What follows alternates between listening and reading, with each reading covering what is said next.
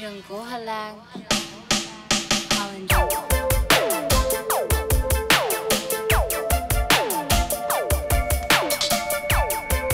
Spectator sport.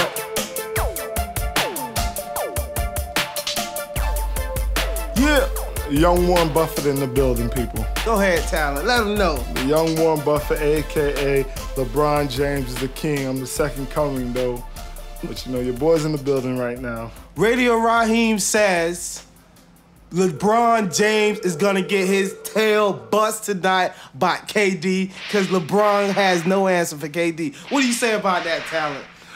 Like the people say in the college football arena is bullshit, bullshit, bullshit. Radio Come Raheem, on, I'm sorry to say I got to completely disagree with you, but I'll say one thing. When I said before coming into the series that LeBron should be able to check KD, I officially say this, that LeBron has no answer for KD because there is no answer. The kid's like 7 foot. He's like a 7 foot Kobe. What you gonna do against that? You can't do nothing about it. Did you see the dunk on Battier? I don't agree with that. I don't agree with that because if you look at Durant's... If you scoring 30 a game, LeBron can't do nothing with that. Can we get a 20? Can I get a 20? Can I get a 20? When LeBron covers KD, look at his numbers. His shooting percentage is horrendous. You're talking about when everybody else covers Durant. Everybody else. No, LeBron doesn't cover Durant the whole game, so how can you say Durant busting? No, they switch him on and off. How can you say Durant busting his ass? When Durant goes for 18 in the fourth quarter, you can't tell me LeBron's not can shut him down. You're telling me LeBron just shut him down, let me ask you a question. Stuck him on him.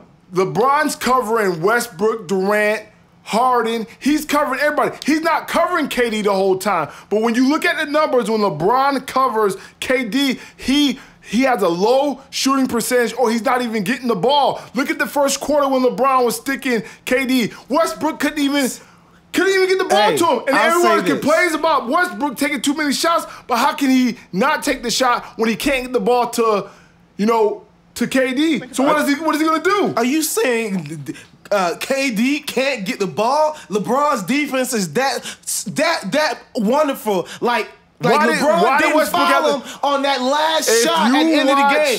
LeBron had no defense for him. No, he didn't know the ball was inbounded. The shot. He just missed the shot. But LeBron didn't know the ball was even being inbounded, though, so you have to think about it. How could you not know? You guarding this man. Did you not look at the play? LeBron was looking this way, and then Kevin Durant was kind of shocked that he threw the ball to him so fast. I don't know if they had a play set up, but he was like kind of shocked, and LeBron was like, what the fuck? So he started fouling him. He was shocked that the ball was thrown in that fast, so LeBron started fouling him. And he drove it. What are you talking about? What are you talking about? He had the ball up top, and he drove to the lane. The game winning? The shot that KD missed at the end of the game. That wasn't on the baseline. What are you talking about? It wasn't a drive, it was a catch? No, that was a baseline catch. He was right there. He was right there. What is this kid talking about? Did he watch the game? He was a baseline catch where LeBron was looking away from. First, like I said, looking away. That's the man you guard. Kevin Durant is a great player, but to come out and say Kevin Durant's gonna bust LeBron James' ass is just ridiculous. Radio Raheem has no idea what he's talking about right now. You can't bust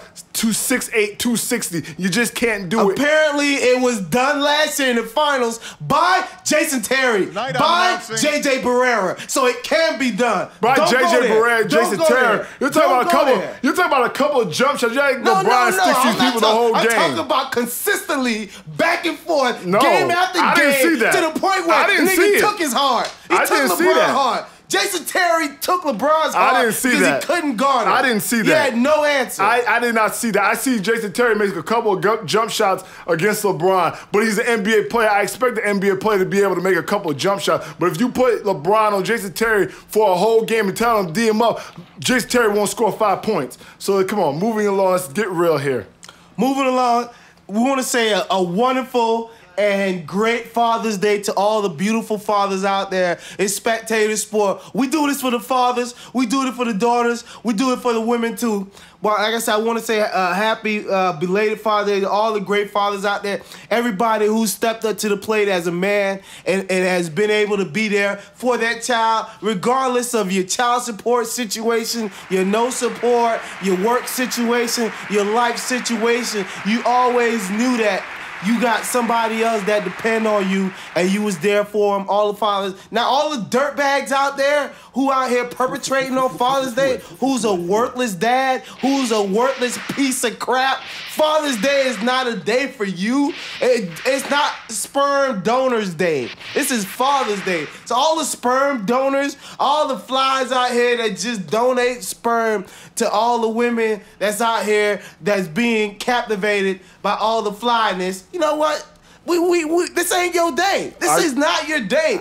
Shame on you. I guess you're referring to the two gentlemen that have 78 kids between them. Oh yeah, by 46 different women. Yeah. I guess you're referring to those two guys. I would not say Happy Father's Day to them. That is just ridiculous. Like the judge should have forced those two to have a what do they call it?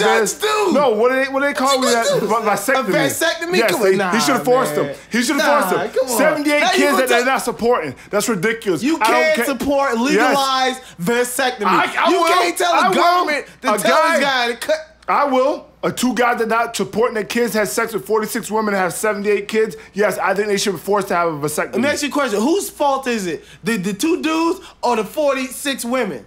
I blame the 46 women. Because let me tell you this. If you knew this guy had 10 kids, why the hell are you having another kid with him? What if he never told them? Because he wasn't taking care of them. Well, hey, you should have did some research. That's why you got Facebook. That's why you had the internet. That's how you have PIPL. You could have went to hollandjungle.com and you could have then copied something, did a research there. You'd have found something. You know what? You should know what to do. Okay, well, I'm not going to agree with that. I'm going to go ahead and say the judge should have gave them a vasectomy. But hey, it still ain't gonna take away the 78 kids. So well, look, I mean, you cut his nuts No, down? I'm saying they should have stopped them when they were at 10 kids and they weren't supporting any of them. That's when he should have had the forced vasectomy. You should have been pent down and put to sleep and got your nuts chopped off. That's definitely cruel and unusual. I don't care what it is. That the talent is That's referring what to. he deserves. That's what they deserve because they're not taking care of their kids. Is that not cruel and unusual to not support your kids and have the mothers struggling to support them? And now they're probably going to be victims of society and become criminals and rob and take someone's life one day. Is that not cruel and unusual, sir? Yes, it is. I think it is. So, like I said, to sacrifice those two being forced to have a vasectomy, I don't think it's a big deal to me. That's what's wrong with America right now. Oh, it's cruel and unusual. No, it's not cruel and unusual to two irresponsible pricks. That's just my opinion.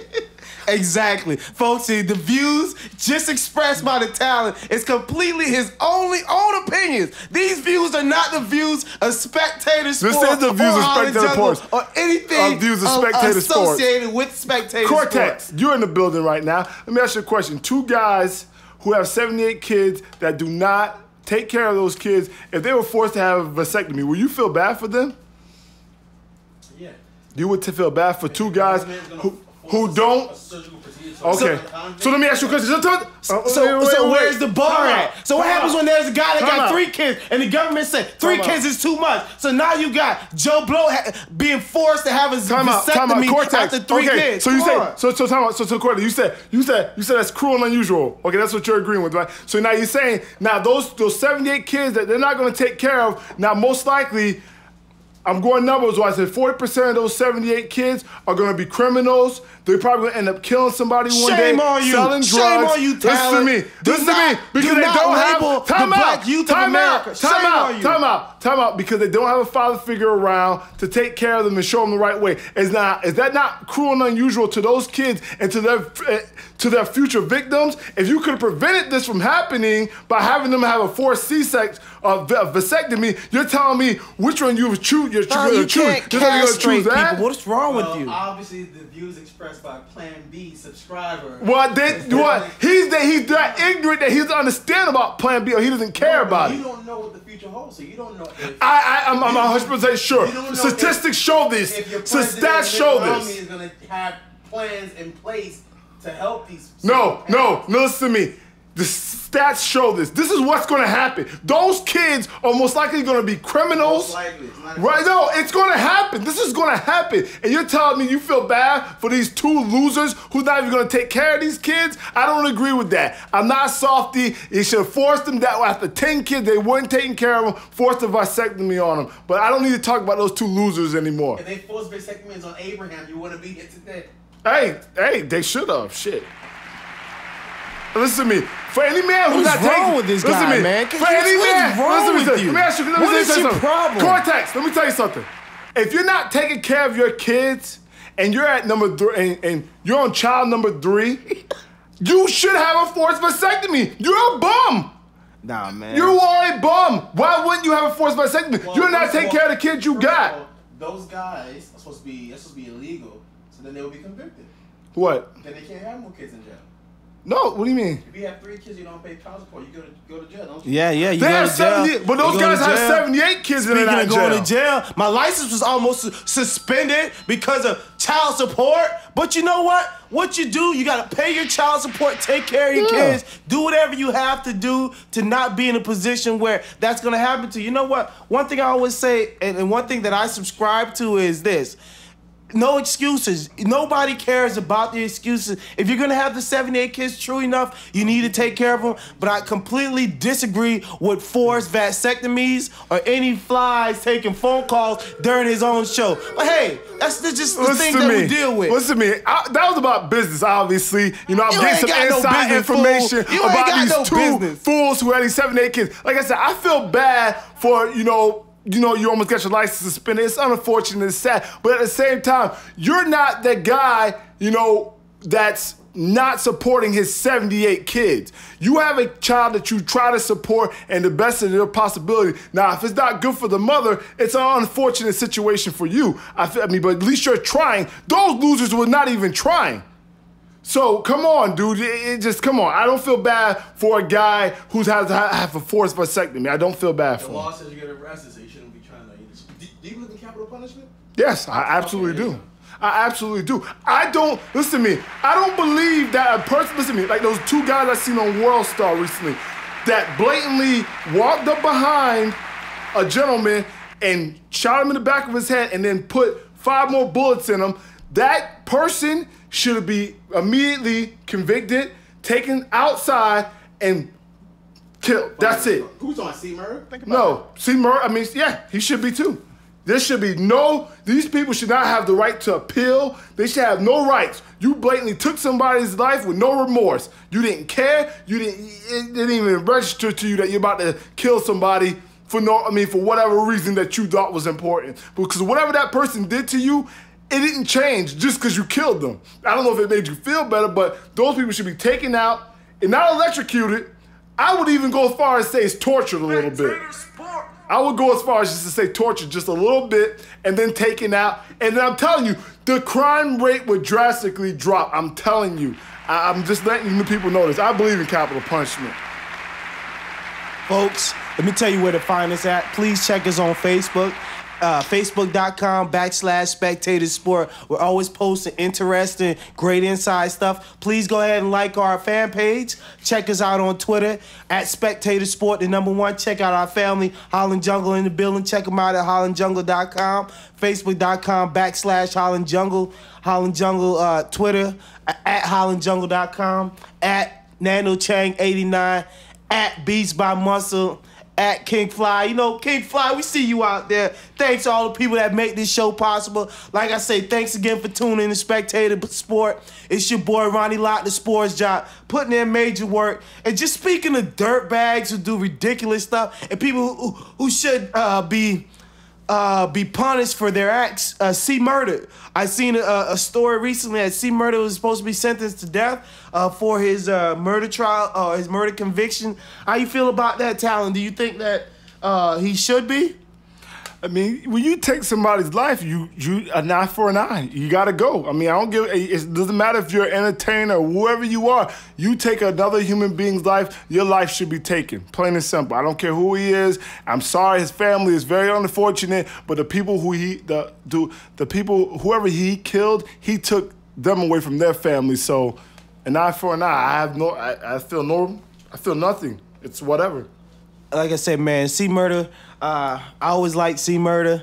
Like I said, I am like I said, partial to the victims in any situation like this. Like I said, I hate to see someone lose their life in such a cruel and unusual way. But like, you know what? I'm not the one here to stand in the way of justice and in the way of retribution. You know, a lot of times people do acts and without fair retribution, they'll continue to do these acts. Like you say, Talent, I agree. At a point in time, these guys should be stopped from having 78 kids or from just walking up on people, killing them. You know, I'm riding past a house the other day. I seen a story, matter of fact, on Crime Stoppers. Some guys in Miami, they walked up to a house.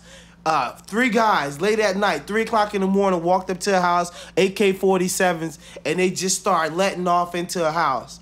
And you know what? A pastor, she's sleeping in her bed. She wakes up because of the gunfire, and she's shot. You know, I mean, they hasn't caught the people. This happened a year ago. But you know what? What's to stop somebody from just walking up down the street and doing that into everyone's house unless they have fear of retribution? I know in Florida you had that 1020 Life Act where, you know, if you commit a crime, which people are still not scared of. And people are still doing ridiculous stuff. I can't understand it. You got 1020 Life, and like around the corner from my house, I go to this corner store all the time. It was robbed like 3 days ago. These young kids robbed this guy for $10 at gunpoint, 2 guns in his face, and both guys were caught. So you telling me you're gonna spend 25 years in jail for $100? $100. Savages. That's the only thing you can say. That's what. But I can't really call them savages because that's their environment. I can't talk bad about nobody, but that's their environment. But at the end of the day, if like my grandma used to say, if you do the crime, you got to do the time. So, like I said, their environment's an unfortunate situation, but at the same time, you just robbed some guy at gunpoint. What's your next step? Is going to kill somebody for $200? So you have to stop him right now. I mean, you're teenagers. You know what right from wrong is. You got to go away. Plain and simple. I definitely agree with you on that. Like I said, the crime rate is too high for leniency with criminals and people doing malicious things and criminal activity. Once again, thanks again for tuning in to Spectator Sport. This is our Father's Day edition. We want to give a big shout out to all the fathers in the building. I'm a father myself. You know, I love kids. Spectator Sport, we love the kids. Hi, kids. Thanks again for tuning in to Spectator Sport. Like I said, Ronnie Lott, the sports job. Young Boosie home. Boosie home with the kids. Yeah, Happy Boosie, Father's Day to you, Boosie Boosie. back You at at the home house with the kids. Good to see my man's back home with the kids. Now you can put out some great music. I mean, I'm not really a Boosie fan. But what you think, man? You expect some big things from Boosie now that he back home? Always. That's Boosie. That's a little badass. But it's unfortunate Boosie gets out, and then one of the other members of Trill Fam that was a big part of Trill Fam, Lil Fat, was killed in Atlanta in front of a hospital of all places, shot 7 times. For what reason? No one knows, but. Yeah, it's sad. I mean, Boosie gets out, and then one of the Trill Fam members are taken away. But yeah, I expect big things from Boosie, but it's unfortunate about my dog, Lil Fat. R.I.P. to the little homie, Big Fat. You know, like Lil you said, Fat, Lil Fat. Little Fat, Big Fat. You know, he flies. We always got crazy nicknames, and like I said, I don't even want to take it there. Because, like I said, this is truly a sad situation. And like I said, I hate to see a young man lose his life. You know, he got a family. I don't know if he had children. Yeah, he had children. I'm sure he He's had only 19. mothers, sisters. Only 19 You know, years old. he got people that love him. You know, and I hate to see on a beautiful Father's Day, you got to think about his people are in tears, are just crying. Because you know what?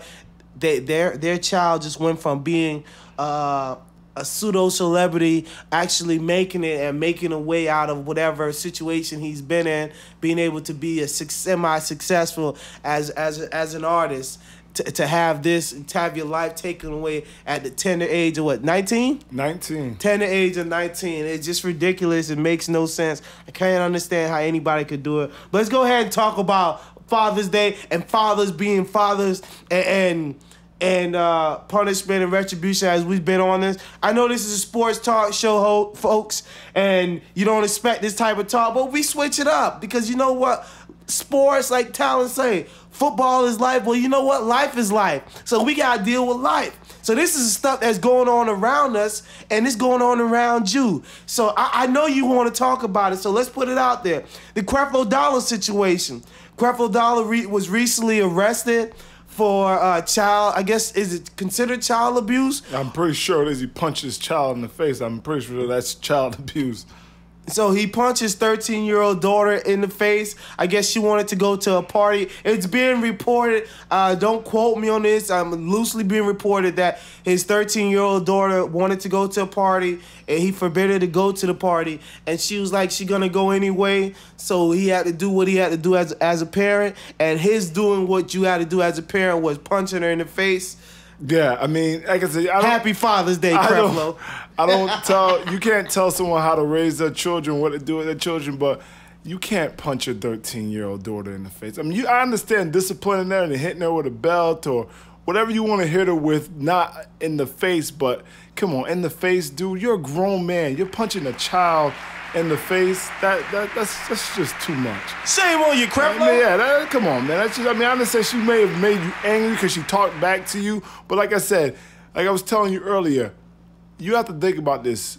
This obviously just didn't all of a sudden just started occurring. She was disrespecting him just out of the blue. He probably never disciplined her before, and this is the first time he told her no, and this was her reaction of him telling her no. So you have to instill this type of respect in your children at a young age. You can't try to do it when they're getting older in their teens because they grow up and I don't know if they lose, I guess you say they can kind of lose respect for you once you're growing up and you never disciplined them when they were young. So come on, man, you can't punch her in the face. That's just too ridiculous. I don't try to tell them how to raise their kids and not my kids, but you can't punch a 13-year-old girl in the face and you're a grown man. That's just utterly ridiculous. Folks, I mean, I'm a man who has daughters, and I'll say this.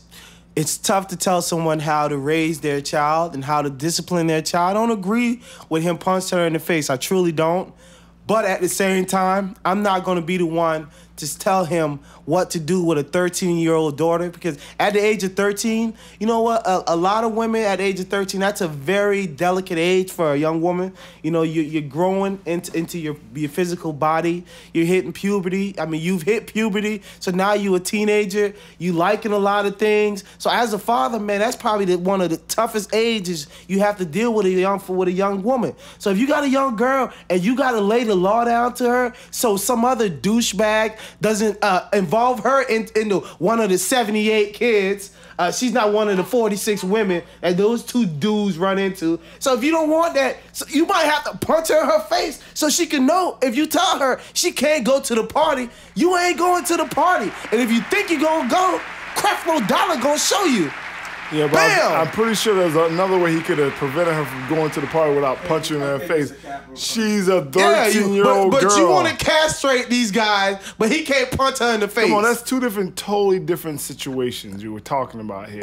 Apples and oranges right now. Talking apples and oranges right now. What's the difference? What do you mean, what's the difference? We're talking about a grown man. Listen to me. You're talking about a grown man punching a child in the face. I'm talking about his child, his daughter, his teenage daughter. That's fine that it's his daughter. I just told you that I don't want to tell a man how to raise his child, but at the same time, there's other ways to discipline that child and other ways you can punish that child and prevent a 13-year-old from going to the party besides punching him in the face. Sounds like to me the guy just has anger problems. I don't think he probably was involved. He's a pastor. He's Creflo Dollar. What are you talking about? Creflo Dollar has anger issues. So that means you can't have anger issues? Mind? So that means you can't have anger issues? This is Creflo Dollar. He's a human being? Is he not a human being? Man of God. He's a man of God. Is he a human being? He's a man of the cloth. Let me ask you a question. Is he a human being?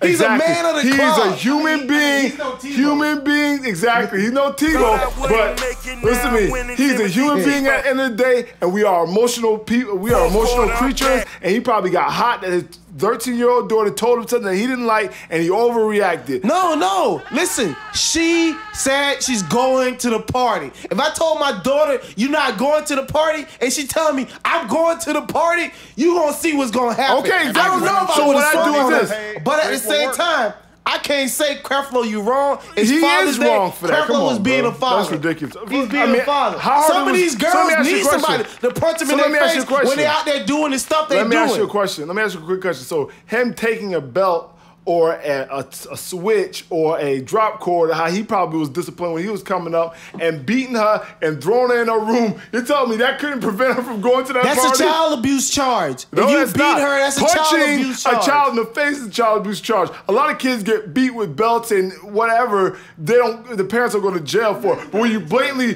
punch your child in the face, the authorities are not going to sit there and say, hey, let me have you kill your child, and we'll be okay with that. Talent, if you had a 12-year-old daughter, 13-year-old daughter. I just told you I would discipline her. And you came home and you tell your daughter, don't go outside after school, come home, do your homework. You couldn't find out, you come home, you got 3 little boys in your house, 2 dudes in the kitchen cooking up something, because you know how we do it. You know how we do it. That would never happen. Come over and that would never happen. You got 2 jits in your kitchen eating up your food while the other jit in the room probably trying to finger your daughter or do something else ridiculous. That would never happen in my household. What you gonna do? I would instill fear in my child. Listen to me. My child would never happen because I would instill the fear in my child and values in my child as a young woman for this will not happen. This guy probably doesn't pay. So you got more values than Creflo Dollar. Listen to me. That's what you telling me. You think because he's a preacher or whatever you call him, you think he can raise his child better than someone else? Yeah, he's a man in the cloth. Doesn't mean that. Church, they always say church pastors' daughters are the worst ones all the time. He probably not paying attention to his child. Who knows what's going on? But trust me, that would never happen in the Staley household. But at the end of the day, I still would not punch her in her face because I'm a 240-pound grown man. I'm gonna hit my 12-year-old in the face. I probably could kill her. Why would I want to do that? Well, obviously you're not gonna hit her that hard. Duh. Who knows? He's angry. Whooping, you can He's break, angry. you can hurt her. He's angry. Who knows how hard he hit her? When you're angry, you do things that you don't want to do. He's in trouble for how hard he hit her. It's the fact that he did it. Exactly, and I'm pretty sure he could have tapped her in the face. I bet he left a black eye. He hit her. Please, I bet he left a black eye. Why can't he slap her at least? Why did he have to punch her? What's wrong with that? Because she gotta know it's a tough life out here. Life is hard, and it's only gonna get harder. So you know what? This is what happens. These young kids, they think it's gonna be better on the other side when they go to the government, they go to the law, this guy's crazy. Check me out. Listen what happened.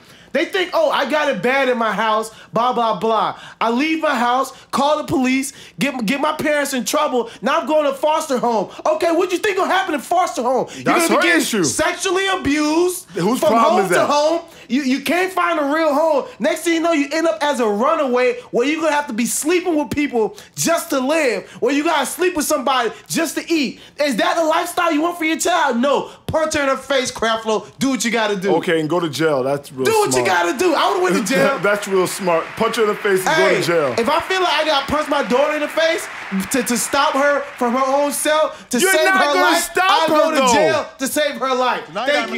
You're not going to stop her, though. That's what a father does. You put her life above yours, I'll go to jail. Thank you. I will take jail. So you went to jail. Let me ask you a question. You went to jail. Do you think that's going to stop her from doing what she wants to do? I don't think that's going to stop her because you punched her in the face. That might make her want to do it even more. As Creflo. You know what? Let's put a call out to Creflo. I'm gonna call my attorney. We'll put out a call to Creflo so we get some clearance in this situation. But let's continue on. Let's talk about another scumbag.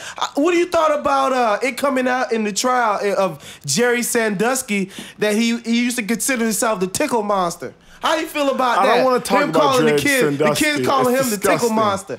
I don't want to talk about that type of stuff. That's disturbing, and it makes me feel very uncomfortable. And that's another guy who should be put straight to death for abusing children. Speaking of guys that did like ridiculous stuff, did you see the story the other day about Nate? You remember Nate? What's his name? Nate Webster from the the middle linebacker. Yeah, you know I do. that? You seen the story with him where he haven't. has one of his assistant coaches.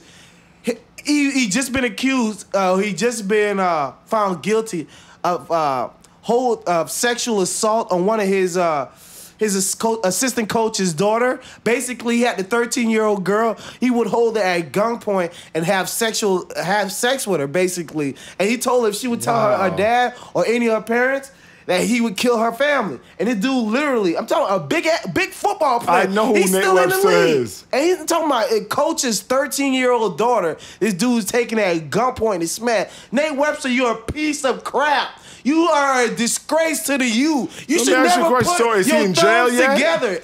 He is in jail. You should never put your thumbs together and throw it up. You should never. Because you're a disgrace, man. Disgrace.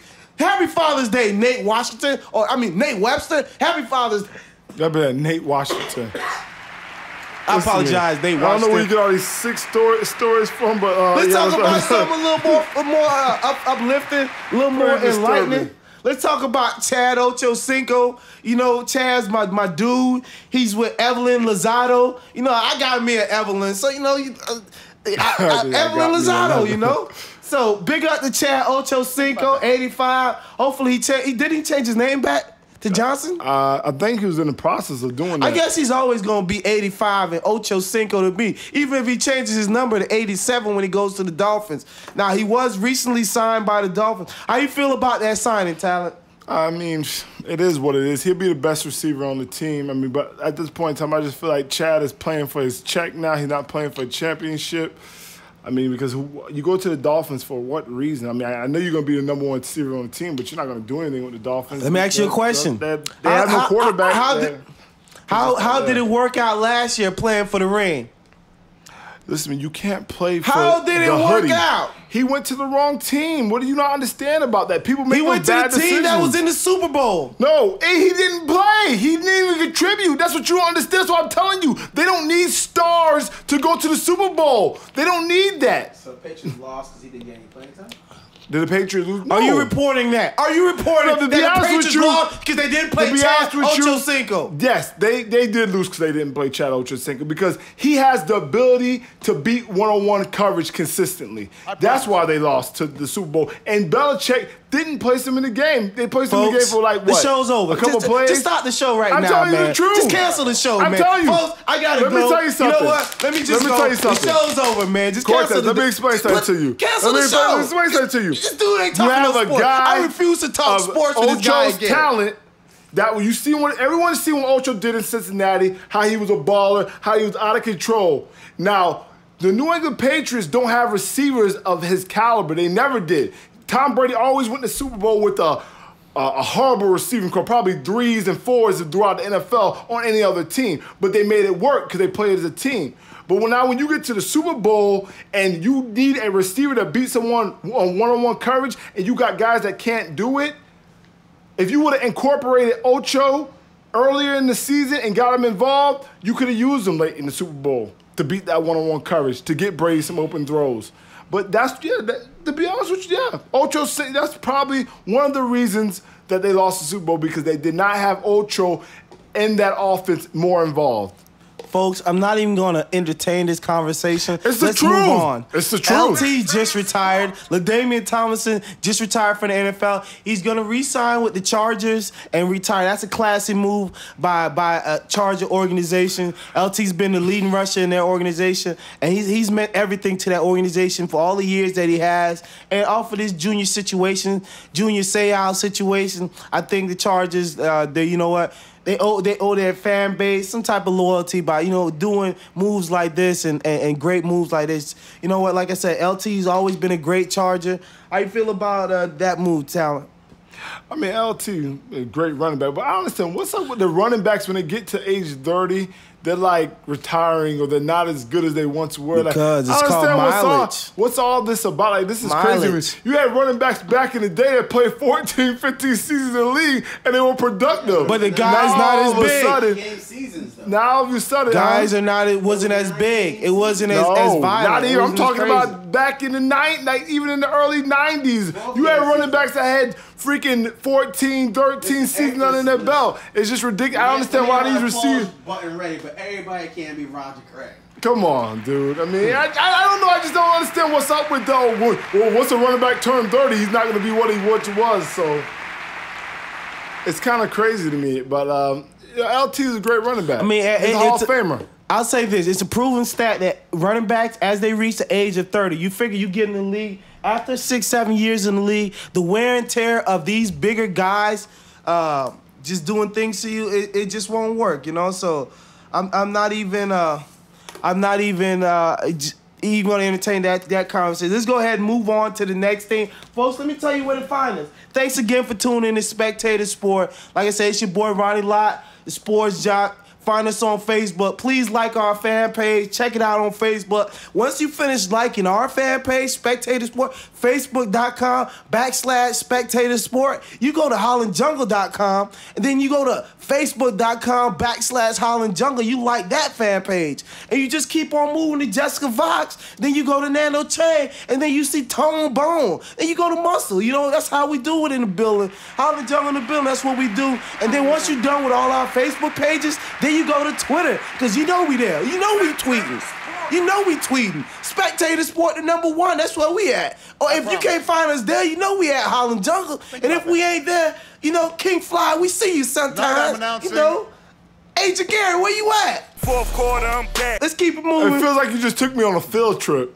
Well, that's what it is. This show is like a field trip. We're trying to enlighten the flies of America, and you're one of them. So, yes, feel like you're on a field trip, because I want you to feel that way. Let's talk about running backs and the injuries in the NFL, and the most pertinent injuries, or, like I say, some of the biggest stars coming off of injury. Obviously, you know, it's all about Peyton.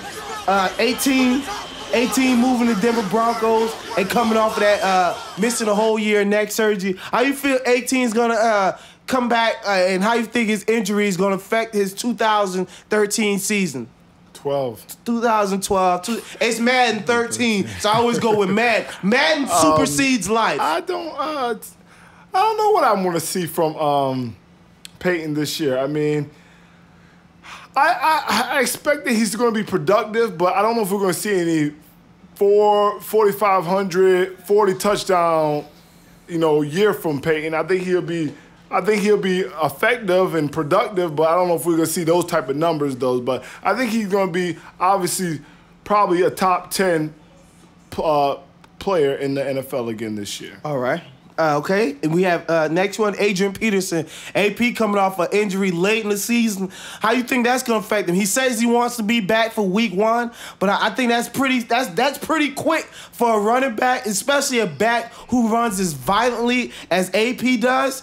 It's going to be tough for me to see AP make a full recovery in time to be a real factor. And if I'm that Minnesota team, I kind of sit him out probably till mid-season and just let Toby Gerhart carry the load, because Toby Gerhart had like 100-yard games late in the season where he kind of showed you that he can be somewhat of a feasible backup in this league. So what do you say about AP?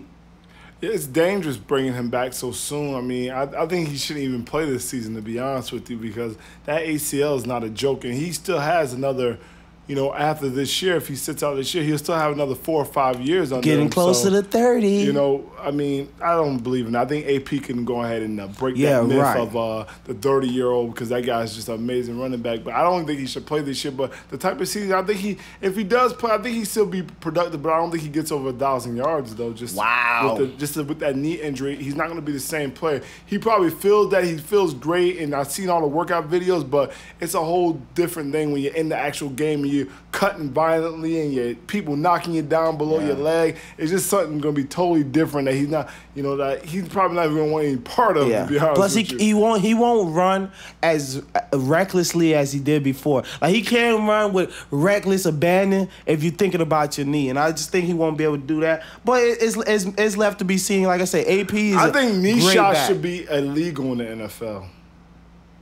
I don't think you should be able to hit someone in the knee. You might have a point there, man, because that's like just I said, ridiculous. I mean, that's taken away from the game, and it's like that hit that what's your boy name is from the Pittsburgh Steelers put on Ryan Clark. Not Ryan Clark, the linebacker. Okay, yeah. James Harrison put on Eric Decker. That wasn't a fine, but he tore the dude's ACL. That shit was nasty. It's like, how is that not illegal? But that the helmet-to-helmet hits that they be calling sometimes illegal. It's like, this guy just tore this dude's ACL by hitting him below the belt because he's forced to by the NFL. But it's like, the ACL is very tricky. Yeah, you know what? I think you got a valid point there, Talon. You might have made a point that is yet to be made by any of these ridiculous pundits out there in La La Land. Everybody that played the game, think they know the game, everything about the game. But you made a point that nobody's making. You know what? You start taking these guys away from the shots up top, and it's all lower, dirty hits. Me being a player back in the days, in my old glory heydays, I was a low hitter, but I only hit low because I was the smallest dude on the field. So I had to hit low most of the time. But I'll tell you this, when you hit people low, man, the effects that it has, like you say, these knee injuries, and it's becoming more and more. Have you ever heard someone tear the ACL? Like, I actually was not sitting beside him, but I was like right on the field, like a little bit in front of the dude when his ACL got torn by someone going low on him. It's not pleasant at all. It's like this dude was basically just in the middle of being murdered. That's what I'm saying. It's like no, because that's what I mean. It's nothing but screaming and hollering. Yeah, and you can hear it throughout the stadium. Because when this guy got hit, it was just nasty. And you got to think about it. When these guys.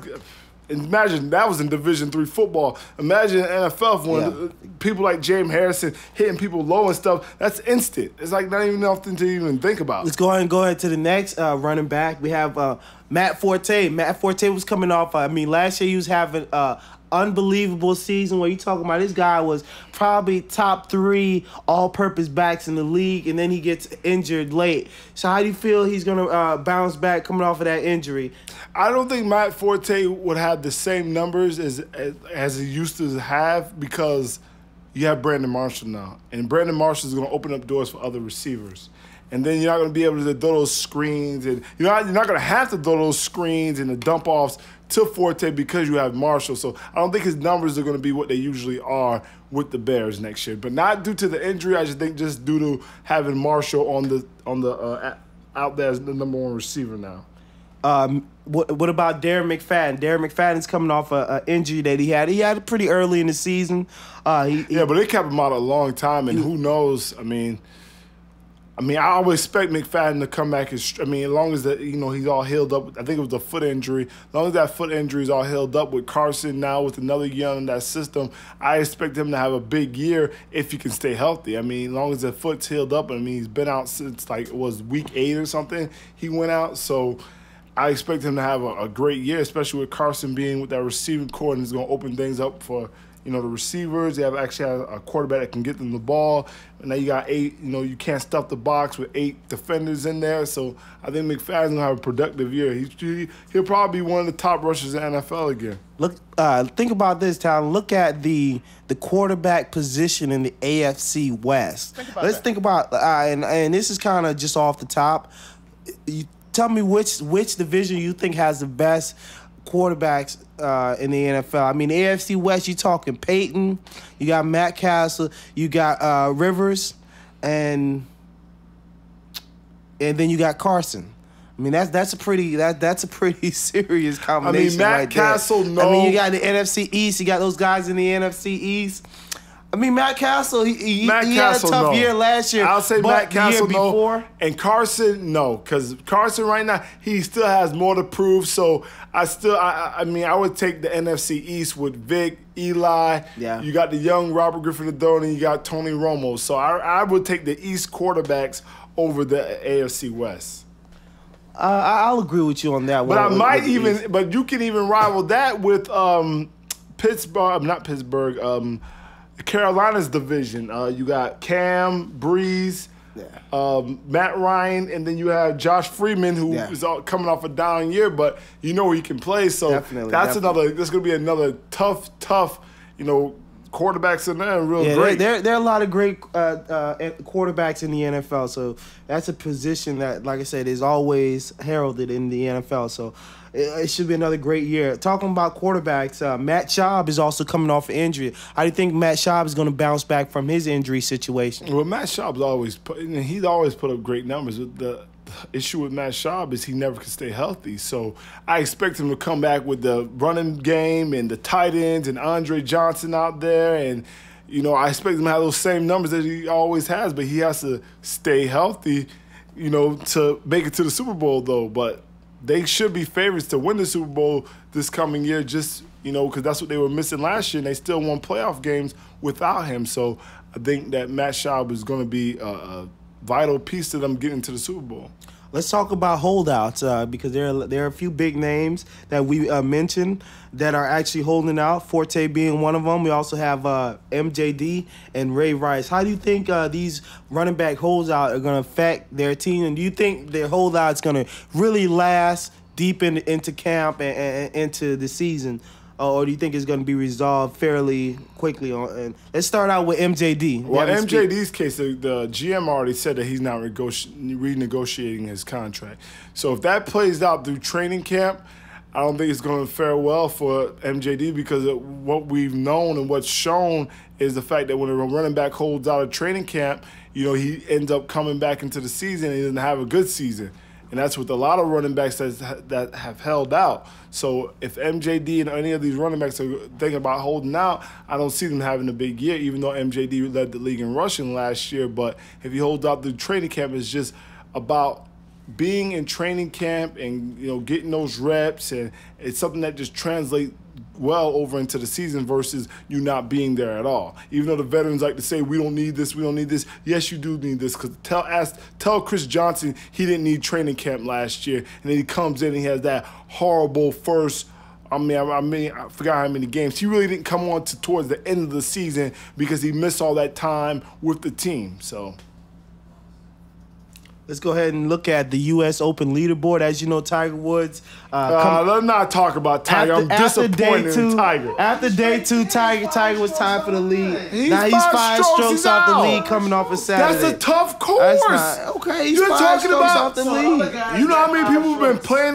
The people who've been over par. They say it's like the worst in history. This course is tough, and you saw what it did to him yesterday. The putting and the shots, he was just, it just was a tough course. Through five, Tiger's he's at 9 now. He's 9 over. So he's 9 over for the tournament. Yeah, he's done. Tiger's done. So Tiger choked. He done so well. He choked at the U.S. Open. He's 9 over. Wow. And you probably only going to need to be 1 over or even to win this dang, 1 under or even to win this dang U.S. Open. And he's 9 over. What's on his first hole? I'll tell you this, man. People, the media was so happy to coronate Tiger. Yeah, but I don't see ready to go back to McDowell and Jim Furyk and those guys. They've been playing great. They've been playing consistent golf. That's the thing. Tiger's not consistent enough. He was consistent the first 2 days, and then the next 2 days, he's not consistent anymore. You can't win. How you gonna win a tournament like that? I see you. You should have been not consistent the first 2 days and consistent the last 2 days, and you would have won it. But now it's over for Tiger. He's 9 back. It's over. All right, let's go ahead and switch it up. It is June. So hey, one more thing. Before I want to go any further, I hate those individuals who's around Tiger when he's about to shoot, who's yelling out, "Get in the hole!" I hate those guys. They are so annoying. You losers out there that continues to yell out, "Get in the hole!" You need to stop because you're breaking people's concentration. You only do it when Tiger hits the ball. You just need to shut up and let him hit the ball. When the ball goes in the hole, then you can yell, "Get in the hole." But don't yell, "Get in the hole," before the ball is hit. And you try to yell simultaneously after he hits it, it's distracting. And that's why he's probably 9 back. Those people should be shut their mouth. When Tiger hits the ball, the officials should say, no one's allowed to say anything. Yeah. Like you can stop somebody from talking in this digital age. Yeah, you kick him out. You can't. Kick him out the course. It's impossible. Golfers, stop whining, suck it up, and get the ball in the hole. It's annoying though. It's annoying for me. It was watching the U.S. Open and keep hearing some stupid prick say, "Get in the hole, get in the hole." Shut up. Folks, thanks again for tuning in to Spectator Sport. That's the kid talent, just yelling at people for no reason. That's what we do. We just yell at people for no apparent reason. I have a valid reason to yell at those guys. Even if he has a valid reason, it makes no sense. Spectator Sport. Check us on Facebook. Facebook.com/Spectator Sport. Twitter @Spectator Sport, the #1. Check us out. And if you can't find us there, check us on Holland Jungle, @Holland Jungle, Twitter @Holland Jungle or HollandJungle.com. Thanks again for tuning in, Spectator Sport. Let's go ahead and talk a little bit about A little bit of beef. You know, I feel like eating a little beef right now. You know, I'm a vegetarian, but you know, once in a while, I want to get a little beef in my life. Can I get that intro? Can I get a little bit of beef?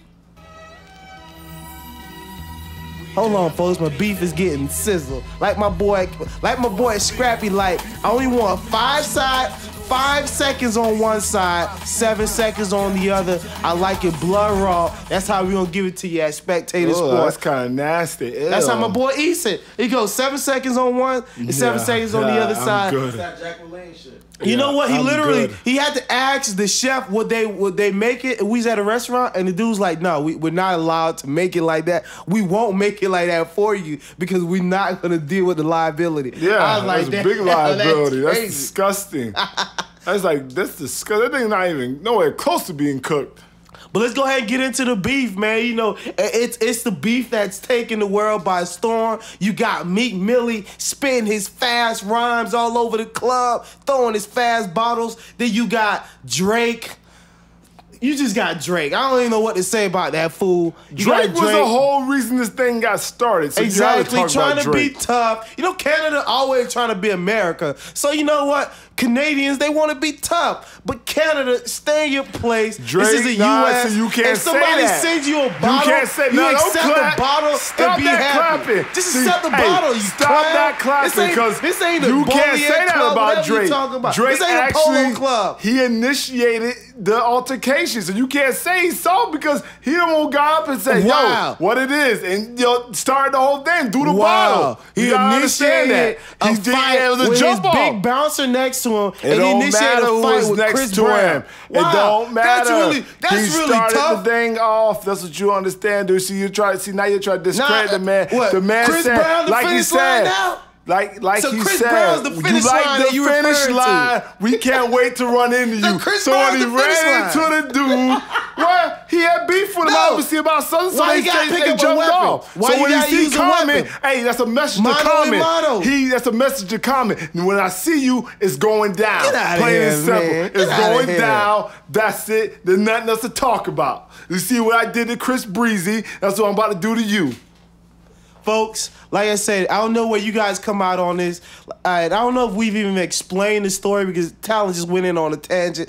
But let's give a little insight into the story. Basically, Chris Brown was at a club with his girlfriend or whatever, a female companion. I don't want to just label people. You know, I don't like nobody labeling me. So he's with a female companion in the club, doing Who, his Chris thing, Brown? living a good life. No, You know that's how his you do. girlfriend. He was with his girlfriend. Let Drake try that shit on Waka Flocka. Exactly. What you So said? Walker go hard to pay and take his What you girl said? and then knock him out. I don't know what you're saying, but what I was trying to He tell said Ronnie let is, Drake try it with Walker, with Chris- somebody that he know. You gonna go try that with Chris Brown. Why don't you just go try it with Bow Wow? Why don't you go try what it do with you mean, anybody? Drew? Who's going to Come try on. with Walker? Walker's like 6'4", 260. You wouldn't try with Who's Walker? gonna? So is Dude, Drake ain't no 6'4", 260, and Walker's known for knocking dudes out, so I don't think you want to start that with Walker. So I'm pretty much straight. This is a man who got shot because he wouldn't give up his chain. You don't do that with individuals like that. These are people who care about their lives. They care about respect more than their own lives. But like I said, Chris Brown was with his actual girlfriend of I think she's been with him almost a year now. So Oh, that bad one? Ooh. yeah, she's been with him for a while. And she's been almost a year. So, but like I said, who knows what the beef was about? Folks, I had enough beef. We'll talk about Chris Brown. But the thing about And the cat let me fight just and all that but like I stuff. said, what I was trying I to tell had you enough. is this though. There was a dude on World Star who posted a video who actually was in the club with Meek Mills and his team and Tiana Taylor, and he said Drake was the one who initiated it. He said Drake walked up to Chris with the bottle and he threw the bottle. So now his bodyguard, whoever got hit with the bottle was thrown because Drake, and they said the Philly boys was in there getting it in, and that's what it is. So you can't really call a man soft. Recap of some things going on the internet right now. You can't really call him soft though. Rone Raheem, that's his direct tweet to you. It said, Josh is a fucking idiot. for getting questions of why I brought up the Mamba. Because he's the Mamba. And tell Radio Raheem to get a life. Folks, and everything doesn't revolve about Kobe Bryant. He needs to get a life and stop always talking about Kobe Bryant. Every time I talk to that kid about freaking a basketball topic, about Michael Jordan or someone's greatness, he always has to bring up Kobe Bryant. It's annoying. Get a life, dude. I don't question. Listen to me. Listen to me. He has the record for most threes in the game. You're welcome. See, he's such a loser. Like, no one questions Kobe's greatness. He just wants to bring Kobe up. Like, no one questions Kobe's greatness. I like Kobe. I don't say nothing bad about Kobe. But then I'll talk about Michael Jordan, about his mid-range game. LeBron, gonna go classic LeBron in the fourth quarter tonight. And LeBrick James will make an appearance this evening, ladies and gentlemen. So Radio Raheem, folks, is quoting LeBrick James will be in the building tonight at the Triple A. Cortex, I can't believe it. Hey, I'm going with the king. Cortex, can you do me a favor? Actually, I can do my own favor real fast. I got a song for you, Radio Raheem, that I want to play real fast. And, people just hold on for this. I want to play this song for Radio Raheem really fast. Can you please excuse his unprofessionalism? Hey, I don't care if Don't I'm worry about it. He just unprofessional. plays something off his smartphone. It doesn't matter, folks. It's a spectator sport. This is what we do. We just play crazy music.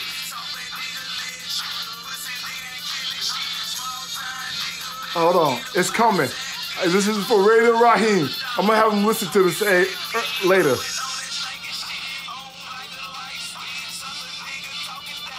Hold on. The hook coming. Music. The hook coming. Trap music.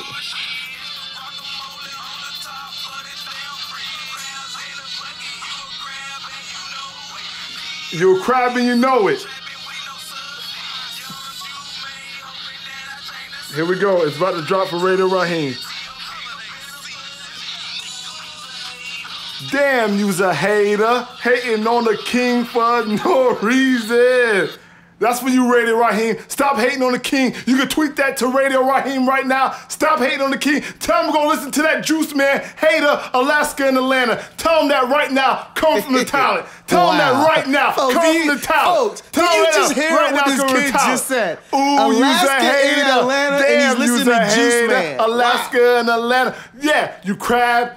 Tell him that right now from the talent, Cortex. Tell him you're a crab. Ooh, you's a hater. Go listen to that Juice Man, Alaska and Atlanta hater, because that's what you're doing to the king right now. Don't disrespect 6'8", 260. It's just disrespectful. Thanks again for tuning in Spectator Sport, folks. Happy Father's Day to all the fathers out there, especially to my kid, Radio Raheem. Check him out on Twitter. It's, what do you call that? The Monroe Doctrine? I like that, man. That's real classy. Radio Raheem always doing his thing really big. I know sometimes I don't agree with what he says, but like he said, you know what? The kid has the stones to say it.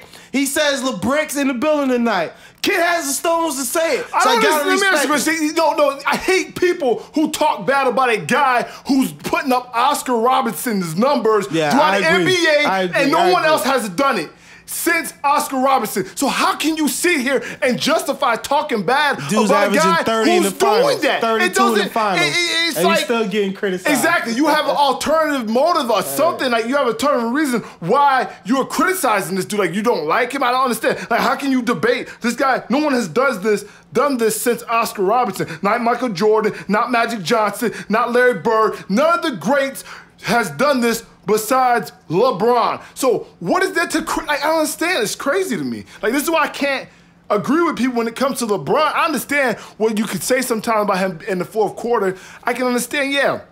But I think there's a multitude of reasons why he fades sometimes, but not this year, obviously. But with the way he has to take his shots and a mixture of him being not wanting to get to the free throw line in the past. Yes, we can give you that, but you can't talk about someone who's been putting up LeBron's numbers. I say this talent, and people talk about him shying away from the free throw line. Give credit what credit is due. In Game 2, LeBron stepped up to the line. And they talking about this dude was money from the free throw line, and he hit 2 big free throws late in the game. inside 2 minutes where those were clutch free throws that helped the Heat win that game. I wouldn't even go as far as all the clutch nonsense. It's just the fact that he hit all of his free throws. Yeah. I just need him to hit all of his free throws for as much as he goes to the line. Him hitting all his free throws, they're going to win the game every time. He gets fouled that much. So long as he hits all of his free throws, I don't care when he hits them, just hit them all, period. Let's switch it up a little bit, Tal. Let's talk about the criticism that Russell Westbrook has received. I know ESPN, a lot of people has been real critical of Russell Westbrook after the game 2 loss. I mean, to me, it's nitpicking. Westbrook has played the same way all year. He's an attacking point guard. He's a non-traditional point guard, whereas he shoots a lot. But that's what that team requires of him, to be a shooter, an attacker, a slasher. When Russell Westbrook is involved in the game and being effective and dominant, that team is damn near close to unbeatable. And that's why they was able to go on this run. So for me to see you have just the press all over the country just really being down on Russell Westbrook and just labeling him as a selfish player, as he's only playing for himself, he's doing this and that. You know what? I applaud Russell Westbrook for his response. His response to a reporter, he asked him, so Westbrook, people are saying this and that about your game. What are you going to do in game 3 differently from what you did in game 2? What did Russell Westbrook say? I'm not doing anything differently. This is what got me here, doing it the way I did it. So you know what? You got to respect Russell Westbrook for just doing the things that he do and just having that perspective. How you feel about that, Talent? I mean, the whole thing with Russell Westbrook is people already know that this guy is the next best scorer on that team. So him taking those shots, I mean, especially after that first quarter, he has to take those shots because Durant was getting denied the ball so much. Now, can he be a little more under control? Yes, and I think he knows that, and I think he's going to try to obviously work on it. I don't think he means to be out of control. But, no, he shouldn't change anything. He said the right thing. I'm not going to change anything. You know, I mean, why would I? Stop nitpicking, folks. Get off of Russell Westbrook. We're in the West. It's another thing. It's like the same thing with LeBron. The same thing with the Thunder. People talk bad about Westbrook. He takes too many shots, blah, blah, blah, blah, blah. But they're in the Western Conference Finals. Exactly. So what do you talk? I don't understand. It doesn't make any sense. It's like you talk about this guy. Why the negativity? This guy's in the it's finals. like why? It's like why? What he just beat Tony Parker. This? I mean, this guy's consistently beat. I mean, like I said, the route that this Thunder team is taking, they didn't take the easy route. No, they beat the Lakers, the Mavericks, and the Spurs. So you tell me you beat last year's champion and the Lakers team that was the champion before that. So you telling me you've beaten, and then the Spurs team who's a dynasty, you know? Yeah, and people who picked to win the best record in the NBA, and everyone picked them to win the series because of Westbrook, and then they win the series. If they beat Miami, you got to give the Thunder nothing but the utmost respect because they took the hardest possible route. Like I said, Westbrook is playing his game. If he plays his game, if we look at the first 2 games, game 1, Westbrook and Durant outplayed LeBron and D Wade. Game 2. The numbers kind of adjusted a little bit, and D-Wade and LeBron slightly outplayed him, but it was fairly close. You got a lot of help from a lot of guys like Battier for 17. I mean, you don't expect Battier to go 4 for 4 from 3 or 4 for 6. Well, but I don't like when people say that either because he's done this 2 straight games now. I understand that, but you know, you talking about a guy who averaged like 4 or 5 points a game. Yeah, but this is the NBA Finals. Like what? What do you mean? He like averaged that throughout the play. This guy was averaging 1 point. But let me tell you something though. Rounds. What Battier said in the interview with Stuart Scott was, "It's the NBA Finals. I gotta let it rip. You can't hold shots back. You got wide open shots. You gotta take them. You gotta hit them. There's nothing else to discuss. There is no next series after this one. So." Hey, I expect him to hit 4 threes a game now. All right, folks. Thanks again for tuning in to Spectator Sport. We're almost there. Thanks again for being on the big show. Thank you for all the people who's always supported us here at Spectator Sport. Join our fan list. We're always sending out great information. We're always going to be anyone that joins our fan list, look out for all the insider information that we be sending out, extra commentary, extra clips and stuff. You know, a lot of times we just like to comment on stuff that we see, but it may not relate to the show. So we're always sending out extra stuff on our fan page. Please go ahead and subscribe to that via our Facebook page. No comment on Phil Jackson? What's going on with Phil Jackson? Oh, he turned down the job in New York. Huh? What did he say about the Knicks? He turned down the job in New York and he said Amari can't play with Melo. Who cares about Phil Jackson? Yeah, who cares about the big chair? Tell him to get out of his big chair. He went in on the Knicks. He went in, but who cares? I mean, they already signed. He said, quote, they're sloppy and organized. Wow, sloppy and unorganized. Go ahead, Philip. Go in. Go in, Philip. They made the playoffs two years in a row. I mean, what is it? I mean, they're on their way up. They're going to full training camp this year. The ball rotation can't stop when it hits your hands every time. That's true. It makes sense. But that's Melo's game, though. That's why he shouldn't have took the job, because that's Melo's game. And you're going to run a triangle offense. You don't have the players to run that. I'll say probably this. a good thing he didn't take that job. He can't go into that job with that attitude. And that's what I'm saying. Well, you can't go in just being completely negative about that team. I mean, it's true what he's saying, but you know what? Can I get another What's Beef intro? Because I'll be remiss to not talk about the biggest beef all week. The beef that really was a beef. The beef that surpasses all beef. It's like with Dixie. It's when Dixie had filet mignon right now. That's what happened on the Jim Rome show this week. Oh, filet yeah. mignon. Oh, my God. What you do? What you saying? Do you have that hook? Do you got that? Do you have that clip? Folks, we need this clip. We got. Hey, hold on, folks. Let's go ahead and lay out the story. I'm even talking to you about it right now. It's Jim Rome hurt David Stern's feelings. No, Jim Rome didn't hurt David Stern. Well, hey, you know what? No, he said, Rome got to know better, because you know what? Your wife. I said, what the bitch just said to Rome? He said, you're still beating your wife, Jim? You still be. I don't think that's fair. That's a classic. No, let me tell you something though. That's a classic agent response, though. Rose did keep his composure though, because I know when he said that, I know he was fire hot when he said that. And how he said it too. He wasn't angry. He just said it in a calm tone. You still beating your wife, Jim? You still beating your wife? I was like, oh my God. And then they're talking like they're friends. I'm like, did you not hear what this guy just said to you? Jim Rome got conviction for domestic violence. I guess he must have been hitting his wife. Yeah, I've never heard of Jim Rome ever being arrested for anything. I don't think he's been arrested, but obviously he did something. I think it's more in line. It probably was a domestic disturbance, and they came out to the home. No, I think it's in line with the whole theme of like he thinks that it's ridiculous to ask the commissioner about the game being rigged. You know, it's almost like Jim Rome has to beat his wife to ask that question. Check me out. If you're gonna do an interview with David Stern has to know the questions before that interview. You know what I'm saying? And I think Jim Rome may have ambushed David Stern with that question, and David Stern kind of punched back. You know what I'm saying? And with David Stern, but there gotta be some truth to that, though. Nah, it got to be. I mean, what truth can Rome have to say about the lottery? Obviously, everybody know the same thing. But folks, we're gonna try to see if we can get the audio. But I mean, it got to be one of the most This is probably the second most talked about incident in Jim Rome's career after the whole Chris Everett issue. But Jim Rome is known for pushing people's buttons. Famously involved in domestic violence altercation years ago. Yeah, he had to have been. Was actually asking if Rome had stopped beating. Yeah, he had to have been. He couldn't just say that out the blue. Well, hey, maybe not. Wow. Okay, let me ask you this, Talent.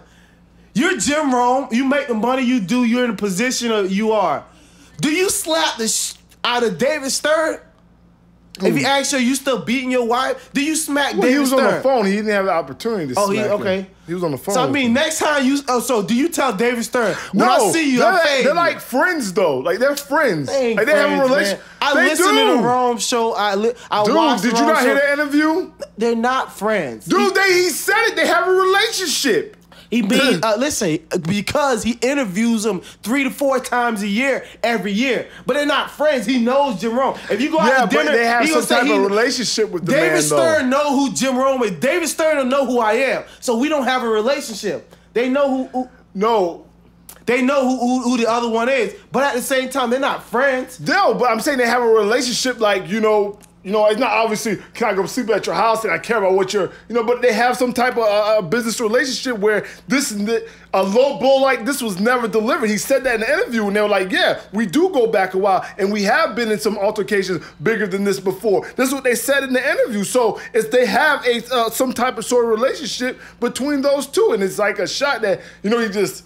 That's why I think Rome didn't explode at him, because they've had this type of altercations in the past, and these fights, even though he attacked him about his journalism man, too. It's a great response by David Stern. You know what? I gotta say, props to David Stern for you know what? You still beating your wife. You still beating your wife, if you're gonna be a public figure, that's what talent. That's what I was talking about last week when we talked about these. You talk about these people that are public figures and their personal life should be private. When you start asking me about my life and you selling out my life, don't think your life is off limits, because what I'm gonna do is I'm gonna do my research. That was fair game, because then I'm gonna put it out there. Well, I don't know. I guess it was a little below the belt, because he went to his family. That's a low blow. That's none of one's business. He wasn't talking about are you still sleeping with the intern at your job? That's something different. That would have been a low blow. He's married. That wouldn't have been a low blow, no, because.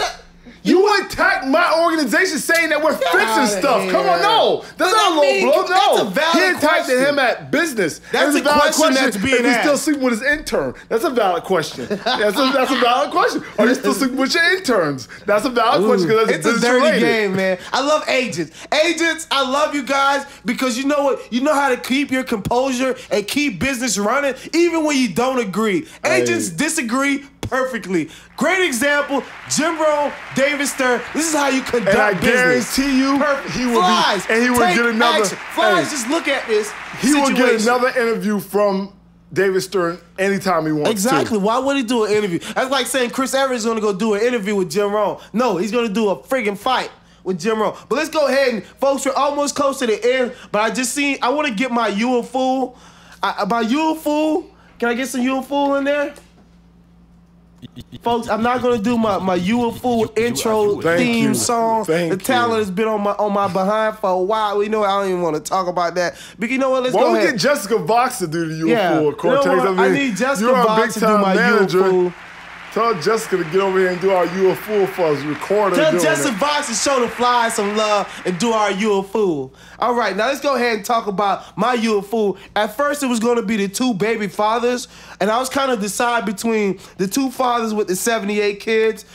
I was deciding between those 2 or the 46 women who begot the kids for those guys. I didn't know which one was the biggest idiot. So you know what? I kind of flipped it and went in another direction. So I'm gonna go with the idiots who is ordered Pac-Man Jones to pay $11 million to the people that was in the club that got hurt in the whole altercation back in 2009. So jury, you a fool. You a fool. Pac-Man Jones ain't got $11 million. How is he gonna pay it? He damn sure don't. My You a Fool is Radio Raheem, because he's a loser, and he said LeBron's gonna get abused tonight. 6'8", 260, and never get abused. You're a bum, Radio Raheem. Folks, before we get off, we want to tell you our Game 3 prediction. What time is it right now? The game's on in another 2 hours, another hour and a half, really. I like the Heat. I got to go with the Heat at home. It's Game 3. It's probably going to be the biggest televised basketball game in the history of the game. And I like LeBron James to show you why he is the biggest star in this game. And I'm going with the Heat. I'm going with the Heat by 3. I'm going to take the Heat as well, but I'm just so... It's hard to do, because I know the type of team the Thunder are. They're not scared. They will come in here and steal a game very quick, fast, and in a hurry, and not think twice about it. So I'm going to take the Heat, though, because I think D-Wade and Chris Bosh are going to have big games. I'm going to get my 30 points out of LeBron like I always get. So I'm going to take the Heat. Yeah, like I said, I just like the Heat energy coming home, and what that fan base is gonna give them. This is the thing: the Heat can't afford to lose this game. You got 3 games in Miami, so you got to win 2 out of 3, and then finish it off in OKC. I don't want to go back to OKC, but you have to take 2 out of 3 in Miami. So that's why they gotta take 2 out of 3. You gotta take 2 out of 3, or you lose the series. Choice. They have no you can't choice. go back to OKC having to win both games. You got to win 2 out of 3 in Miami, and then we got our championship, and all's well in the world. All the killing, all the murders, everything, all the people on First 48, all the missing women, all the missing kids out there, all that will mean nothing because the Heat won the championship. Sports is life. Spectator Sport. Thanks for tuning in. Check us on Twitter at Spectator Sport, the #1. Check us on YouTube, FUK Josh, youtube.com/FUK Josh 420. That's where you can find the show at. Check us on Blog Talk Radio. Check us on Twitter. Folks, Facebook, that's where we interact at. Go ahead and join our fan page, facebook.com/Spectator Sport. We see you in the building, Kobe, but we know what? We going with the king. Radio Raheem. Raheem the Dream. Spectator Sport. Peace.